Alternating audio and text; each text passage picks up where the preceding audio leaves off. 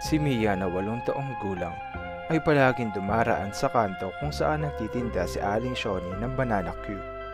Araw-araw, bitbit niya ang 10 pisong pinaghirapan niyang ipunin mula sa mga barya ng baon.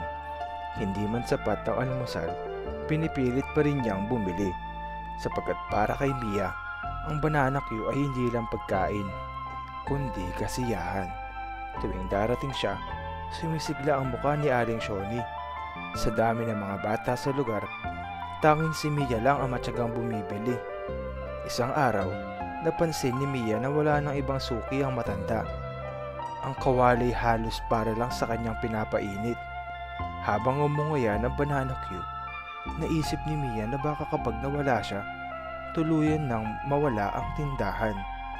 Doon niya napagtanto na siya pala ang nag-iisang bumubuhay sa matandang tindera.